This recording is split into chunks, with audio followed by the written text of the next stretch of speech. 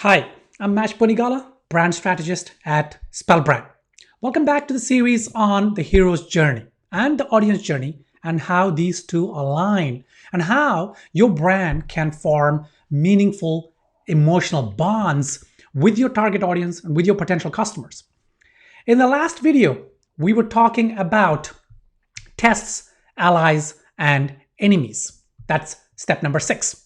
And that actually is a big chunk of the hero's journey. This is where, in terms of the heroes, they are actually looking at the various options that might be out there to help them solve their problem. And of course, that's the first step of the sales process. Till that time, no sales involved, and you should not be selling. The first sales step was soft selling, right? So it's introduction of your product or your brand, testimonials, and things like that. This step, approaching the innermost cave, is a heavy sales step process. So what is, in terms of the hero's journey, it's about what is approaching the innermost cave. If you look at any of the stories, this is where the hero actually hits rock bottom, right? So they are at the bottom of their emotional kind of journey. It could be an internal journey, as I discussed before, or even the external journey. This is where they probably have a mini failure or even a big failure, right? And in a typical movie or a story, in this phase, it looks like all hope is lost. They are dejected. They're doubting themselves. They're questioning themselves. They're questioning the journey. They look like they're gonna give up, right? Let's look at how this relates to the movies, and then we will look at how it relates to your audience, and then what your brand can do about it, and the kind of messaging options that you have to insert yourself into this phase of the journey. If you look at Lord of the Rings, then Frodo has two journeys, right? The internal journey is his temptation towards the ring. The ring's corruptive power is also trapping him, right? He feels the inclination to put on that ring. He loves it when he becomes invisible. That feeling, it's joy. It's like an addiction. And the external journey is, of course, to take the ring and then to destroy it in Mount Doom. In Lord of the Rings, this corruptive power of the ring also has its effect on the Fellowship.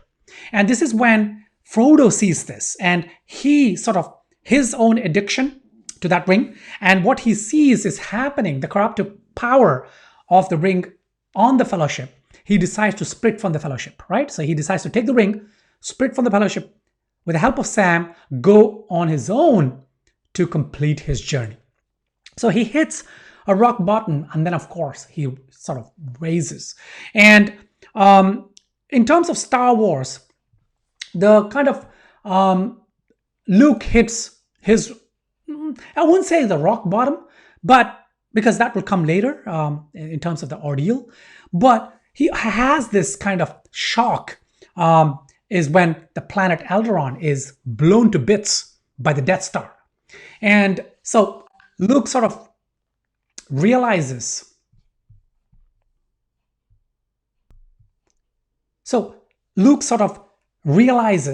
that, he's gotten himself into something big. He feels scared. He questions his own kind of journey, or whether he's on the right path or not, because the planet he was traveling to supposedly help the rebels was blown to bits by a weapon of the Empire.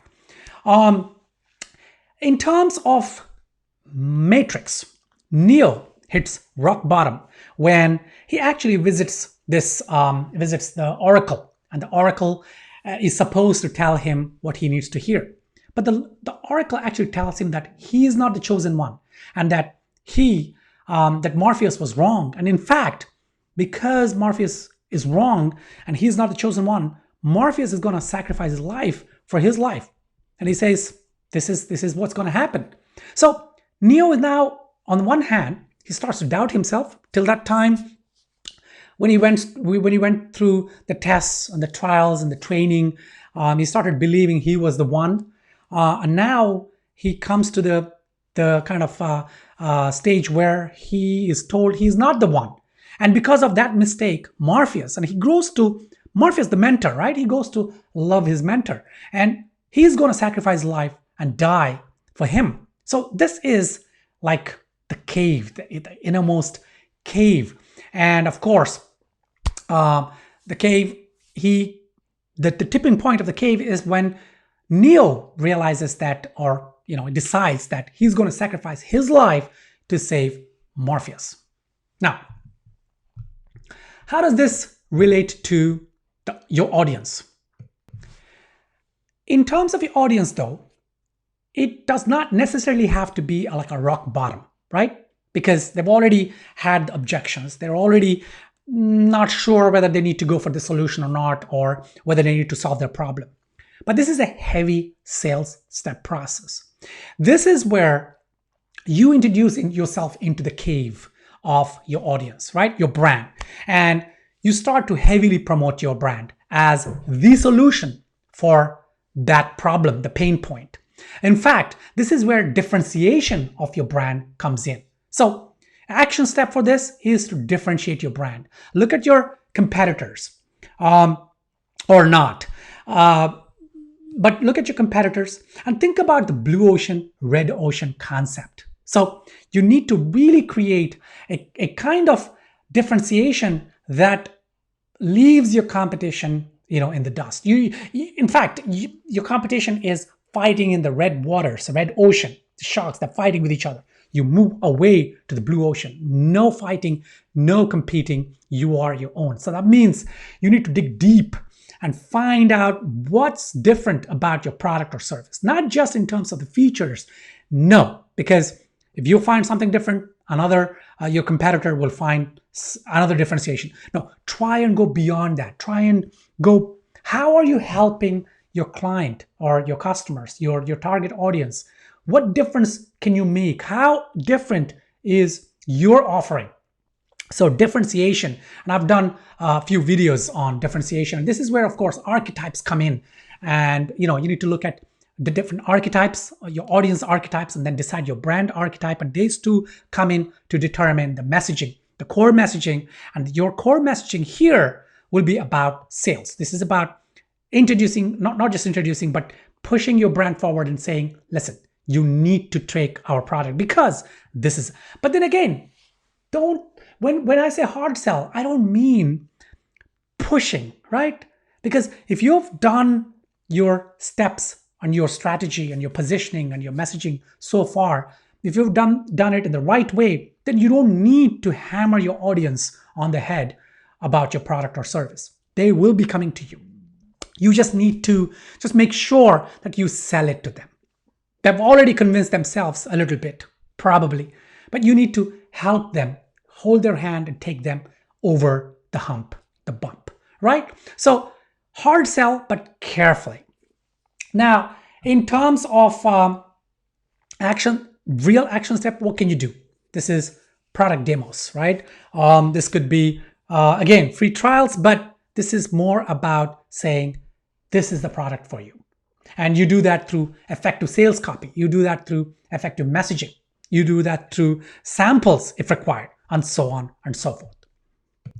Just make sure that you approach hard sales still with your customer in mind. Only if it makes sense. Sell to people that would truly benefit from your product or service. Of course, if you're selling, widgets, nuts and bolts, or some other commodity, then no, this whole thing does not apply to them.